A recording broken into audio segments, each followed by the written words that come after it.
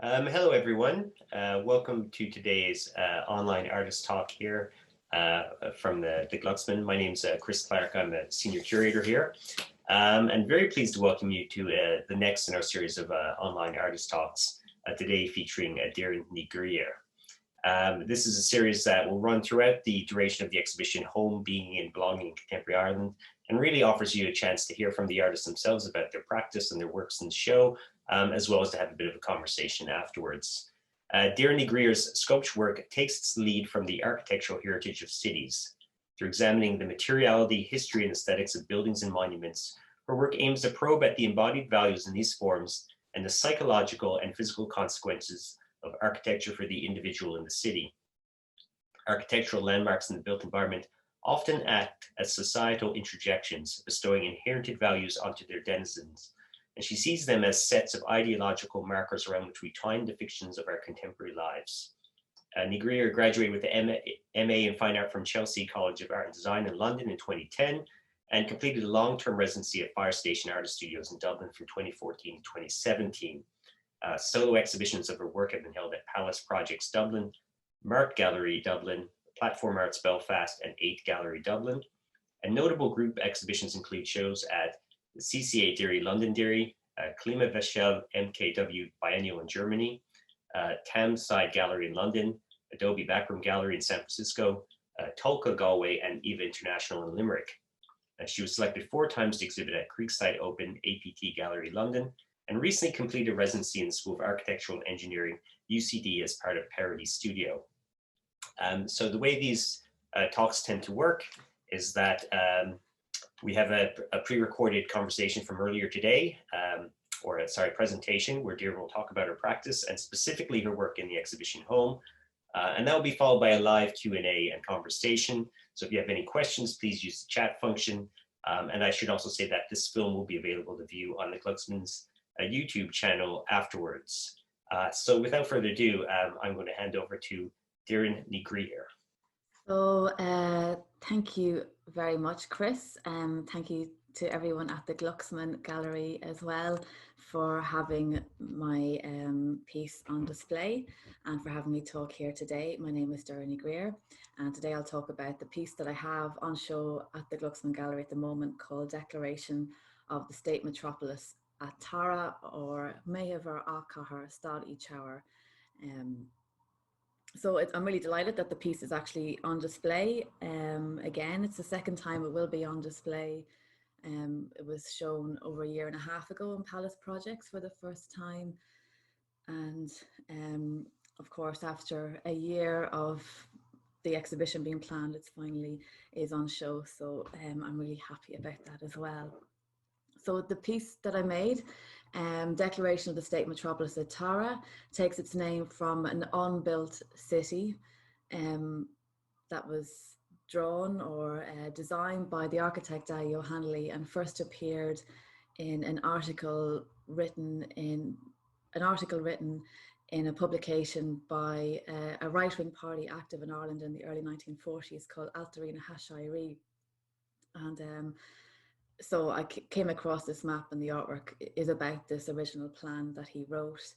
I made this artwork when I was doing an artist residency in Parody Studios 2 years ago now in the School of Architecture and Engineering, and I have like really good memories of doing that residency. It just seems like another time completely, of course, and it was such a good residency. I got to go to all these architecture lectures. I could geek out in the architecture library there. I got to go to history lectures.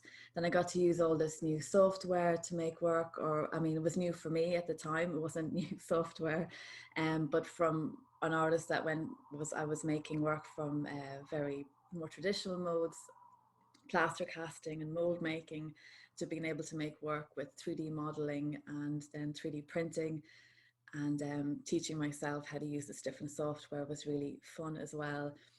And then particularly want to make a shout out to the School of Landscape, because they were particularly helpful in showing me how to 3D print and being able to use their 3D printer and laser cutter as well. So anyway, I'll start to talk about this work and some of the research that informs it. So the starting point of it really was coming across this map of, or this plan of the new capital for Ireland at the Hill of Tara. I came across it one day, basically going through one of those internet tunnels or rabbit holes, and just aimlessly kind of doom scrolling. And I do recommend that if you are going to spend like an afternoon doom scrolling, to doom scroll on a website called Arcaseek, which is what I was doing that day. I don't know who actually runs Arcaseek, but it's a really amazing website with all these, like a blog website with all these different buildings that in Ireland that are gone, that are demolished, former buildings, and or plans for buildings that were never built, or buildings that still stand, and like a brief history of them. So it is really, really interesting if you're interested in architecture to have time looking at. So I came across this plan by the architect. It just had this, the blog post just had this image and a brief synopsis of detailing that it was published in this manifesto by a right-wing party in the 1940s, and that it kind of included the Spear-esque urban planning and a brief plan of what the different numbers entailed. So you can see by looking at the map that it's, you know, all the roads kind of lead into the central point, and number one there in the center is what is Dail Henley. It's a government building, and then surrounding it are, you know, these garden of heroes and all these monumental architecture. And but there wasn't so much detail, so I decided to go and do a bit of digging, and then I found the original article published in the publication Ashari Níjeg Daha the Do. So it was the manifesto of this political party, published in 1942. And accompanying that map was this 2-page article as well, written by Dail Henley. It was, of course, in this Old Irish, contrary to what people might think with my long, complicated Irish name, that I might have a good command of the Irish language, but in fact, it's fairly rusty. I could make a good fist of this, but luckily for me, my dad, Paddy Greer, is an excellent Ghrioghair and was able to translate this for me, because it does have this kind of older text with all these, they're called, you know, the Boulter points instead of the H's, and that old typeface, that old clo. So it does make for really interesting reading. I'll just, for the sake of time, I'm going to read out just the introductory paragraph, because it gives you a sense of the tone of the overall article. So there is many a country that has decided to establish a capital city with grandeur, efficiency, and unity of the central government. In ancient times, urban planning was pursued in Egypt, in a large number of cities in China, Greece, and Rome. There are examples of this today in Washington, New Delhi, Ankara, and Canberra. There is no need to tell why the location of Tara is suitable from the historical point of view, but there are many other recommendations which make it suitable as the capital of Ireland. It is in the centre of the country. It would satisfy the people of Belfast, who have a congenital hatred of Dublin as a city of conflict, and not only as a capital. It would break the alien influence of the people of Rathmines, Rathgar, and the Royal Irish Academy on the persons of the government of Ireland. Therefore, it would not be too far at all from Dublin, and it would not oblige all the officials of the government to be brought from Dublin nor from Belfast. The new city of Tara would not be removed from rural life as is Dublin, and it would be a clear sign that we have left for good the bad old days that we have had during the 7 centuries, during which we were under the heavy yoke of England. May it be our intention sincerely to build a new epoch in Ireland for ourselves. So it was really a plan for this ideological city in the vein of, like he says, Washington, New Delhi, or Brasilia, or if we know a little bit more about Altari na Hashari and their ideology, perhaps more in line with Albert Speer's Germania or Mussolini's Third Rome. So it was kind of idea for a city, not like, for example, Dublin, that has kind of developed over centuries by, you know, a river, an estuary of a river, but to plan to construct it in a more ideological way. So this is really all I had. It was based on this text, and also knowing the research I made about Henley's previous completed buildings and plans, I then kind of constructed different aspects of the building. Just put me over here. And then lay them out in this very traditional architectural display, like you might see in a architectural biennale. And on each table as well, I have the extract from the original text from O'Hanley's article, and plus the translation. I'm going to talk to you more about the individual elements of the installation that I've built and the different buildings and the decisions around the design of the buildings. But just before I do that, I just want to talk briefly about Doireann Shairí, because they really are an odd footnote in Irish history, and I'd never heard about them before until I came across that blog post on Archaseek. And they weren't architects, even though the translation is Architects of the Resurrection. They weren't architects. It was only Dail Henley was the architect who wrote the article. They were a fascist political party that were officially launched in 1942 by its leader, or Ceannara, a man called Ghrioghair Cunningham, we can see there on the right. Shairí Ní Déag Dachadh Dó was their 18,000 word manifesto that was published September that year, in which O'Hanley's article featured, and O'Cunningham called for the establishment of a state which, in the Christian perfection of its social and economic systems, will be a model for the whole world.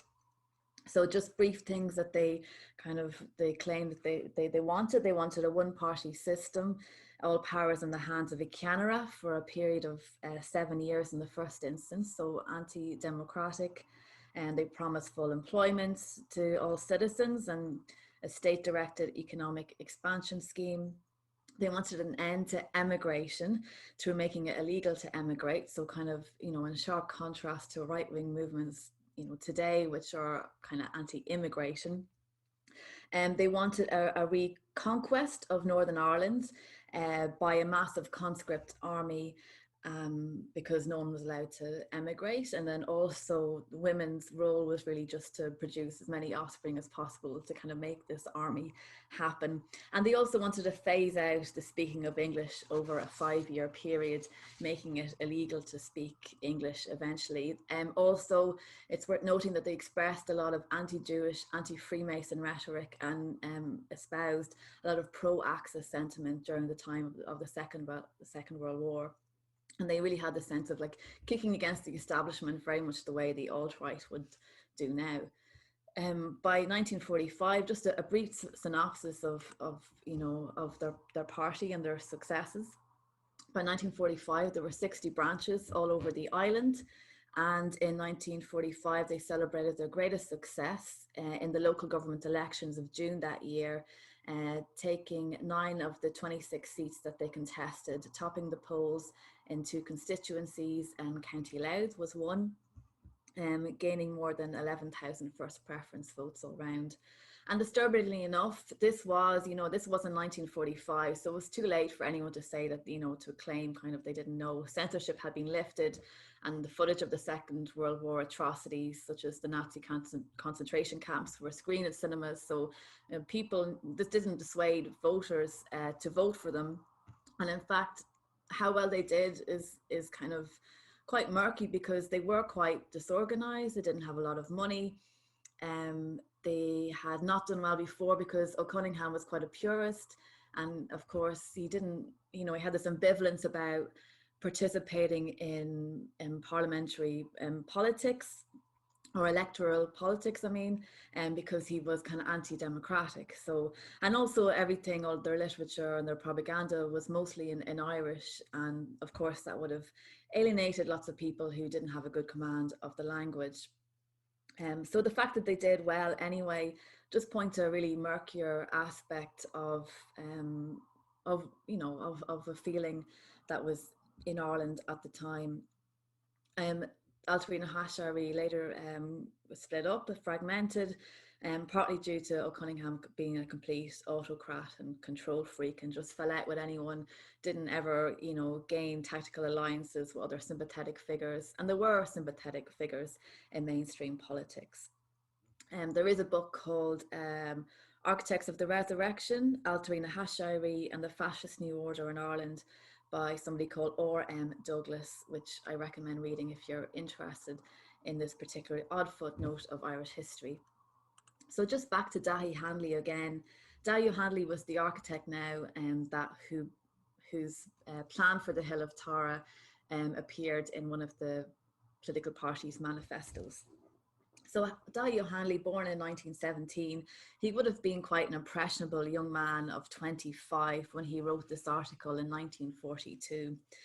Apparently it had been based on an idea O'Cunningham had years before, which apparently had been inspired by something espoused by Owen O'Duffy of the Blue Shirts years prior to that. Although I haven't found out too much information about that. I would like to know, but I haven't been able to find out. A couple of years after he wrote this article, however, in 1946, he won the public competition of the design of the Garden of Remembrance on Parnell Square. It wasn't completed until 1966, just in time for the 50th anniversary of the Easter Rising in 1916. It's a very well-known spot in Dublin city centre in Parnell Square there. Lots of centenary events took place there, of course, in 2016. And it's also where, like, Queen Elizabeth II, when she came here in 2011, when she lay a wreath here, it was a very significant moment between the relations of Ireland and Great Britain. It's also a very nice place to relax on a sunny day in Dublin. And it's also the starting point for lots of marches and so forth, and political protests. So Henley designed this sunken cruciform garden and then a sunken cruciform water feature within the sunken garden. And then originally there's a raised platform to the left of the picture here. And originally he wanted this 12-meter high sculpture of Hibernia and the warriors of the 4 provinces. So, but now, of course, there is that remarkable sculpture by Oisin Kelly there of Children of Lear, but in fact it's only a mere 6 meters high. So just half of what O'Hanley would have liked. I never really noticed that it was a cruciform shape before until I did this project, the water feature, I mean. And I think when you look at it again, there is this very unique, very distinct aesthetic, a kind of Christian, Hiberno, rationalist, fascist aesthetic. So just back to the declaration text. So what he says here, Gnéamh tábhachtach náisiúnta a bheith I Garda na Léig, na le linn mór scalach agus colm na haisairí déanta istigi scilt tucliach sa Knock. So important national displays would take place in the Garden of Heroes of our time, a shaded place with the column of the Resurrection built into the cavity in the hill. So when thinking about the Garden of Heroes that he specified, I think it made sense to reference the Garden of Remembrance and that cruciform within the cruciform shape. But instead of the Oisin Kelly sculpture, I have this huge big obelisk, this big column, the column of the Resurrection. I imagine it as it's really unusually high. And then he did specify that it was built into a cavity in the hill. Now, there's not a lot of hills that you could build a cavity in to put a 12-meter high obelisk in on the Hill of Tara. So I imagined it as one of those like fabricated grottos, that kind of aesthetic that you would see. I think they're fabulous, those like Lourdes grottos you see in some churches, these kind of fake cliffs. The particularly impressive one in the Oblates Church in Inchicore there. So I was kind of thinking about that, and then having the garden kind of stuck into this fake grotto cliff, because I think, you know, war memorials usually get like extra points if they're built into a cavity in a hill. So later on in his career, another building you might recognize, O'Hanley also designed the Basilica at Knock in 1976. I've never been there, I admit, but it's, you know, a very significant, iconic building in Ireland. So back to the text, he speaks again of Isteach an gcathair ó baile ó Clia sin ardaglas an Kate Rark a keep there an rumhias the Knock and Tower. So of course it made sense to reference the Knock Basilica for this particular part of the installation. So it would have been quite close to the Garden of Heroes, and the positioning of the church really, to me, emphasizes the importance of religion within this imagining. So it made sense to design it based on the Basilica at Knock instead of the more suburban surrounds of Knock, to have it on this, this hill. But before designing Knock, Henley worked for Dublin Corporation, which it was known at the time. He worked as a city architect and led the design of 4 and 5 story blocks of masonette flats that were built around the city from the late 50s to early 60s. The design of these flats is credited to D.P. Henley and staff, but it's believed that Liam Boyle and Seamus Delaney actually designed them, but they were under the watch of Dail Henley. So researching these buildings, I began to really, appreciate their very distinct aesthetic. They're all around Dublin, and they really, for me, they really speak, they are so Dublin. And these buildings, like, they're everywhere. They're on the North Strand, Gardner Street, Golden Bridge, and Inchicore, Donnybrook. If you've had to get a test done at the walk-in Croke Park test centre there, you would have passed by some of these abandoned versions of them as well there. They have a really distinct design, like with the external round tower and then the kind of gull wing butterfly roofing on the side profile. And also a lot of them have these beautiful mosaics along the balcony that kind of reference whatever local area. So like the 5 lamps around there, they have kind of train stations and the 5 lamps. And they kind of remind me as well of the mosaics at the Garden of Remembrance. So back to Henley's text. He says, in Limister idir an farc mór phobli agus an cahar, bei flatna Shapnerler na beg Togacon. Within the bounds of the large public park and the city, there will be 7-floor flats in which there will be lifts. So imagining these flats, I always see them in trees. So I imagine 3 flats like this and this kind of landscaped hill area. I think it's the only sculpture in this vision that doesn't seem completely dystopian. And in fact, other than it being kind of ghettoized in the outskirts of the city, but it's in this beautiful big park, I imagine, on the hill of Tara. But the whole idea of a government having social housing in their plan actually seems more utopian than dystopian at the moment. So ideological, I believe, is the word used about that. So I would say this is my favorite piece in the exhibition. Just a note on Henley, he later went on to be very outspoken and critical of redevelopment in Dublin in the 1960s. How he was critical of how like historical architectural gems were being destroyed to build like modern buildings, particularly the building of the ESB offices in Fitzwilliam Street.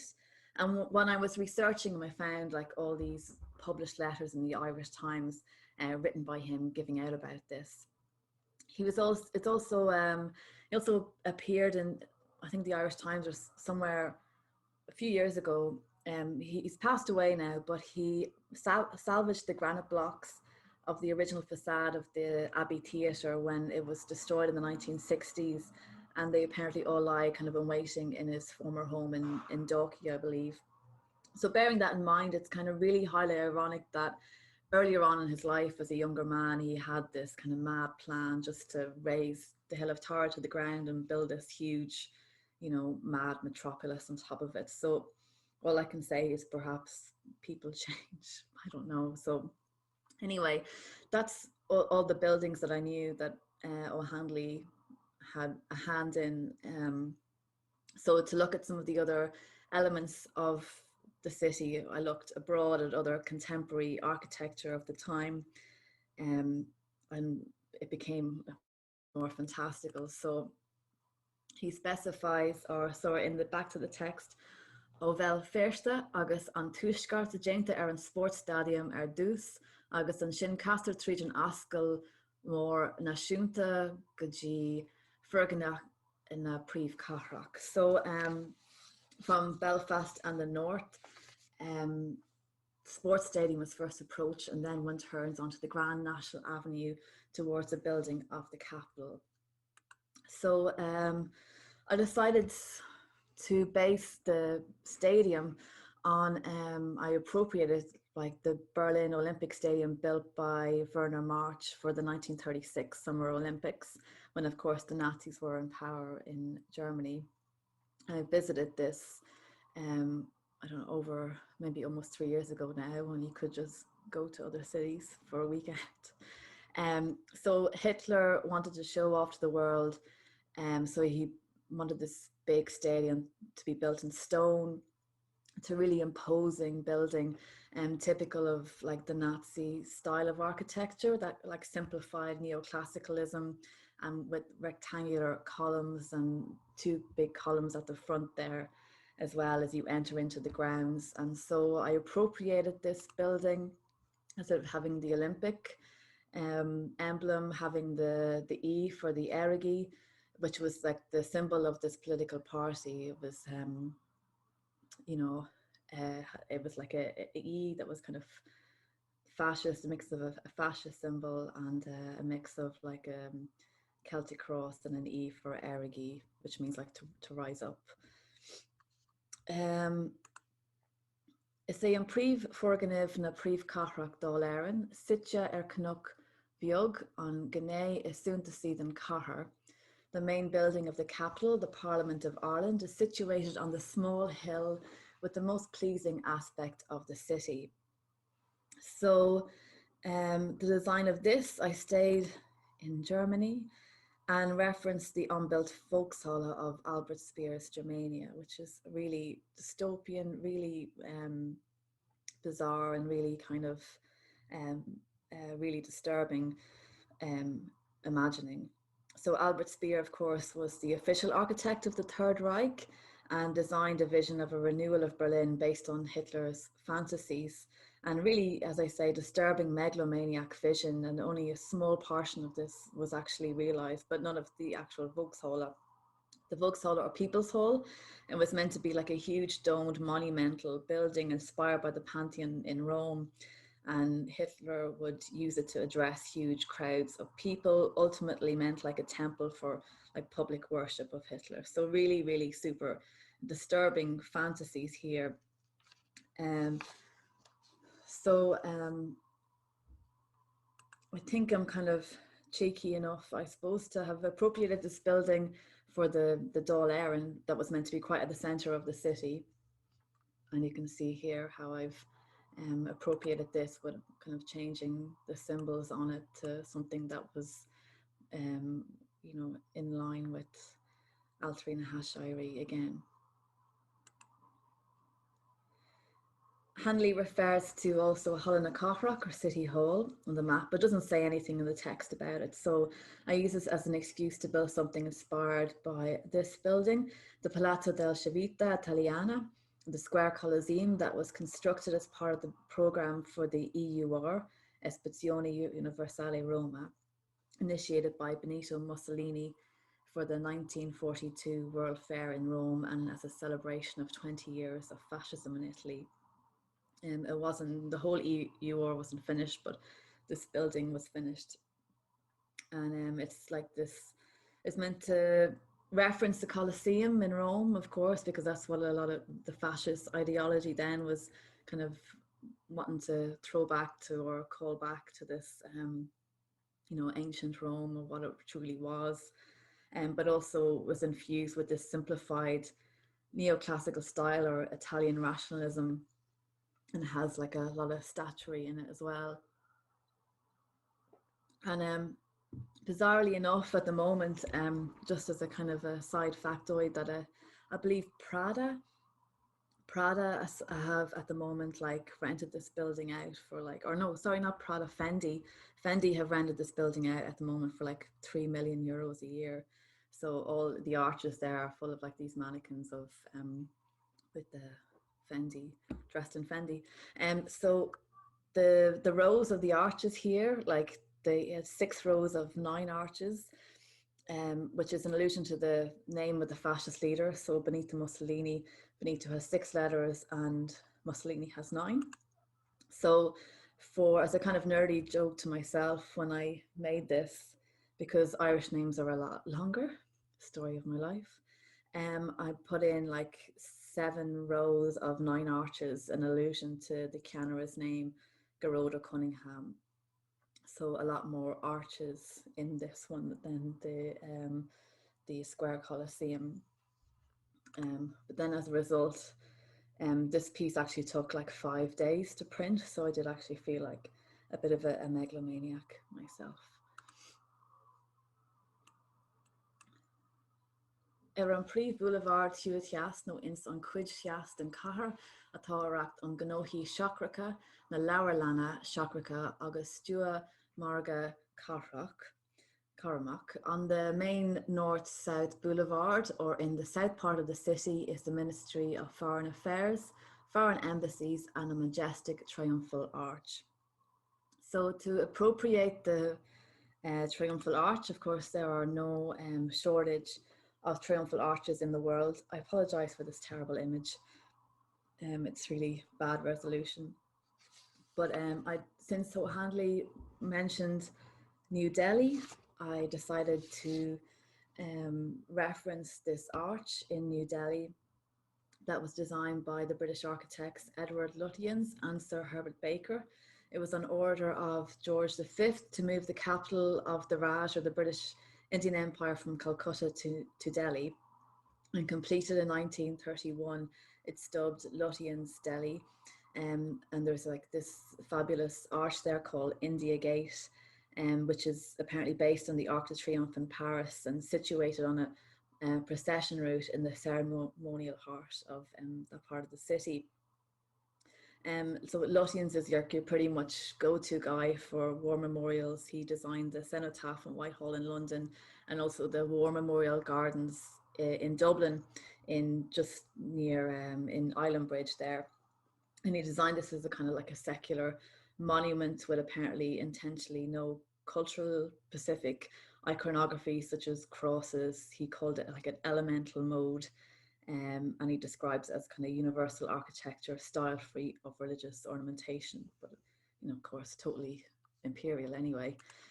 So I decided to kind of, in many ways, desecrate this with all, I pretty much defaced it by imagining this arch here with Celtic crosses and symbols of Altari na Hashairi.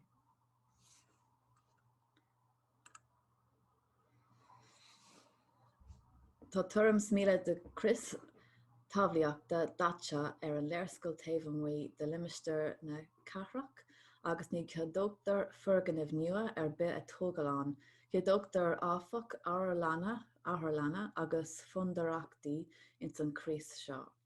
There is about 1 mile of land belts painted on the map outside the limits of the city, and it is forbidden to build new buildings at all within this belt. However, it will be permitted to have hospitals and asylums within this belt. So I based the building, this is a particularly grim looking image, but it's a building in process. It's the Galway Regional Hospital by Thomas Cullen. And the design of it's kind of typical of the design of institutions and hospitals from around that time. And it was one of the largest when it was built, but this is it, work in progress. So that's why it looks such a grim looking image. But anyway, I used that design to base this kind of ambiguous institution on, and put a big cross in it. And I guess this is the part of this imagining that is actually like the most disturbing, because if we have, if we think about what kind of regime this would have been if it actually was built, and what its values are, and what kind of institutions, knowing what we know now about what kind of institutions were in Ireland during the mid-century, last century up to very recent decades, would it actually have been any worse than the institutions that did actually exist and that did actually happen in Ireland? So it kind of, this is the part that kind of provokes a reminder of our quite a darker point of our recent history, I guess. So altogether, by having these different buildings together, I wanted to create kind of a sense of unease. Because there are these, for an Irish audience, there's a lot of familiarity with some of these buildings here between, the Garden of Remembrance. Those flats are very familiar to anyone who's ever been to Dublin, and Knock Basilica, but kind of offset with these more bizarre additions. And I really wanted to make it as a kind of a provocation, because when I came across this map in the first place, I didn't really know what to do with it. I didn't know if I should build it or what I was trying to do by building it. But I guess I wanted to see it as a kind of a provocation or an experiment to see what would happen and what the response would be. And I guess, like all the work I've made before, what I'm trying to do is ask these questions about our built environment and the values that are like embedded in this monumental architecture or the buildings and the design that we see around them, and how our identity or a sense of nationality can be so, can be kind of wrapped around these buildings to an extent, or embodied in these buildings, or the symbols in them. And especially now that we're coming up to more centenary moments in our history, which are kind of more complex and more difficult and painful than even the Easter Rising a couple of years ago. So all these questions about nationality and identity are going to resurface. And, we've seen that already to an extent with questions and debates around United Ireland again. So I guess this is just a kind of a provocation, or a kind of a chance to ask some more nuanced, deeper questions. So I see this work as well as a first iteration. I'd love the chance to develop this work in the future, but I'm not sure yet. I have a lot of ideas of how to do that, but I'm kind of waiting for the right opportunity.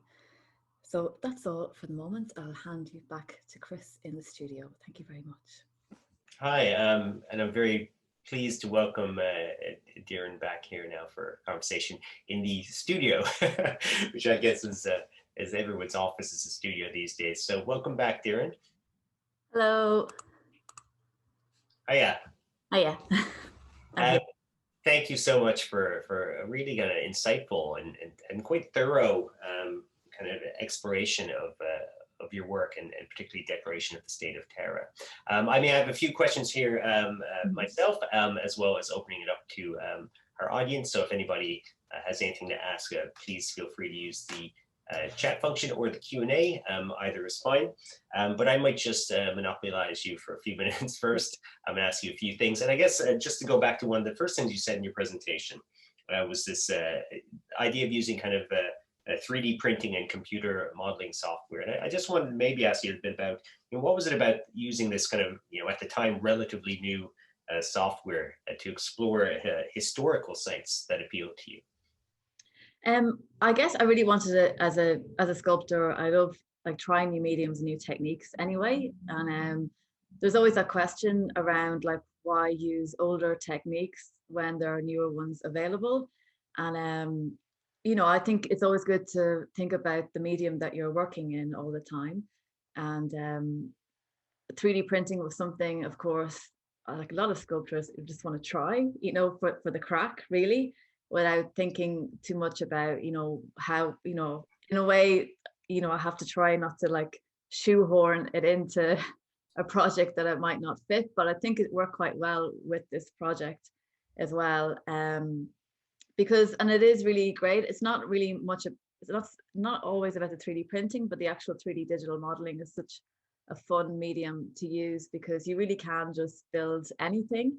So, you are kind of constrained by physical constraints when you're in the studio by what can be built. And I've had many situations in the past of building or making something, for example, in plaster that is just too heavy to move and you know, potentially life-threatening, so forth. So to be able to just like build anything, and you know, you can really kind of play with shape with 3D digital modeling. So that's why, and of course it just really suited for doing architectural models as well, you know, the you know, the precision of, you know, doing something in parametric modeling as well. So I mean, it has such a connection to kind of, you know, the idea of the speculative building as well. And just thinking of some yeah, contemporary architects who are kind of almost more known for their models or for their plans than actually for their buildings or their kind of finished proposals.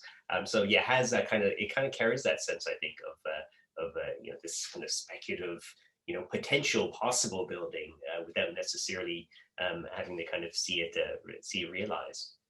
yeah, and like I think there's a question there about how I bring this forward, and like a lot of architects now as well, I believe they use a lot of, you know, highly rendered images rather than like 3D prints, but like highly rendered visualizations and augmented reality and virtual reality. So there is, I do have an interest in pursuing those avenues in relation to kind of future iterations of this work, if that becomes a thing. I mean, obviously, you know, a key part of the project is this connection between, you know, architecture and fascism. And it did make me kind of, in the little bit of time between pre-recording and our discussion here now, it did kind of send me back to looking at, you know, Walter Benjamin and this, you know, the work of art and the age of mechanical reproduction, where he says, architecture has always represented the prototype of a work of art, the reception of which is consummated by a collectivity in a state of distraction. Habit determines to a large extent even optical reception. So is there for you then something about architecture and its kind of almost invisible, insidious presence in the kind of public sphere or the built environment that renders it particularly appropriate to ideological indoctrination? Yeah, I mean, I guess that's what I've been like making work, you know, consistently for years about, um, you know, how architecture affects what's the kind of the message, how often how power is realized in these forms, and they are kind of sculptural forms a lot of the time. Like I used to live in London, and I guess it was there that I got really interested in architecture, because just everywhere you go, there's all these big obelisks, all these skyscrapers that are really all about, um, you know, they speak this language of power as well. And you do, when you live there, like I did have this feeling and this experience of feeling really small, and you know, it did have this kind of psychological effect. So, you know, it's not the building itself that is the powerful thing, it's what it represents, but it kind of represents it so well. So I guess that was how I became so interested in architecture. And then the more you see it, the more you see how the bizarreness sometimes of the forms that, you know, and why is this kind of abstract idea of power represented in this very particular, rectangle or whatever, or obelisk or plinth. So I mean, it's just like for a sculptor, I think architecture, there's so much in it to, deface and manipulate, really. I mean, I'm also very fascinated by this figure of Dail Henley, who I also, you know, I had certainly never come across him, or this particular movement. And I wonder if in your research, if you discovered anything about it, precisely how he was kind of rehabilitated back into kind of mainstream architectural circles. And I'm thinking here of, you know, designs for Parnell Square or Knock Basilica and the work for Dublin City Council. I mean, did he suffer any, as far as you know, did he suffer any repercussions for kind of embracing, you know, far right wing nationalism at a certain point in his career? I don't think so. I mean, I don't know. I never found information about that out at all. So I think this is quite like a little known fact about the fact that he did do this, plan. And not many people have heard about it. I had to really fact check it to make sure is this really what I'm finding and seeing. So not that I'm aware of, and which is maybe kind of troubling to an extent as well. Like, I don't really know what to say because, well, yeah, I mean, it wasn't that long after he had, um, done that plan. Well, he would have been quite young, and when he got the award for for doing the Garden of Remembrance. So, you know, there must have been some kind of plan or, you know, visual consistency there, perhaps.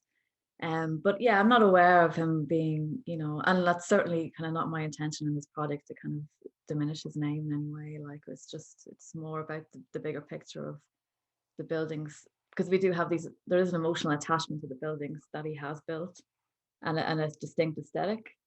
So it's more about that cultural influence is what I'm interested in rather than him, I guess. But it's interesting to see how, you know, that, you know, despite its kind of connotations, that it has been able to be kind of, you know, brought back into the kind of the city sphere, you know, that you know, a lot of the ideas, I guess, you know, with this kind of culture, with his vision for Tara, you know, this kind of patriarchal, romantic, idealized, mythic, ethnically homogenous Ireland, that in a way kind of completely eschews actual historical fact.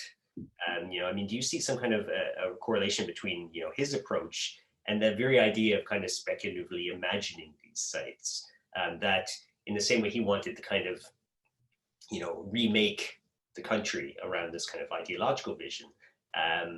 Is there something kind of happening there when you decide to actually kind of realize these things as this kind of city, which, you know, in your architecture models, which kind of merge, you know, the real, the kind of historical, but also the imaginative as well. And I wonder how you kind of see that kind of relationship as an artist making this work, with something like O'Hanley's kind of vision of kind of bringing in bits and pieces of other, you know, nationalistic kind of architectural visions, with his own thing, which is obviously like largely based on a very particular version of what Ireland is.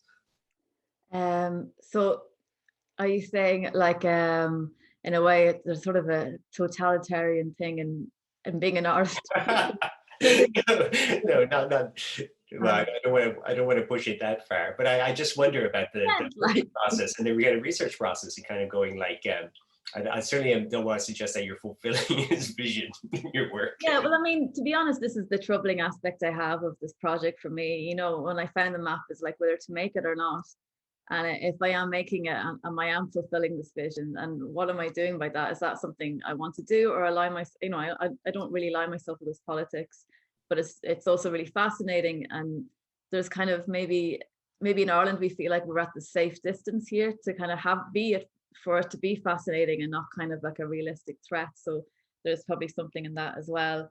And you know, like to, even though like I mean I don't really particularly like fascist architecture, you know, it's not appealing to me in aesthetic sense, like generally.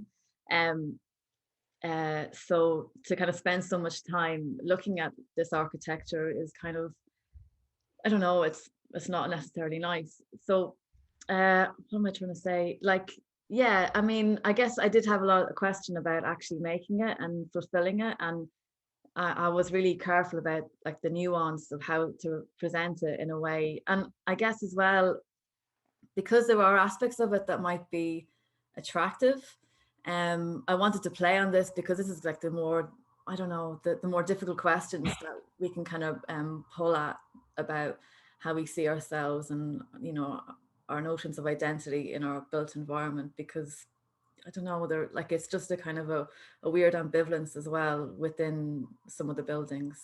I mean, I think you touched on that in your talk as well, because, you know, the contemporary issues that it raises, are prevalent. I mean, I don't think they've ever really kind of gone away. You know, but, you know, this kind of, you know, recurrence of kind of, you know, ideas through kind of alt-right or kind of, you know, kind of fringe groups, and certainly we've kind of seen it in some kind of returns of kind of nationalist politics, in North America, in Europe, and certainly potentially even in Ireland. I mean, you could make an argument that, you know, there are factions, of course, who would subscribe to the same view. So there's kind of in a work like this, it does kind of, you know, it raises that that sense of kind of threat or kind of vigilance that might be required.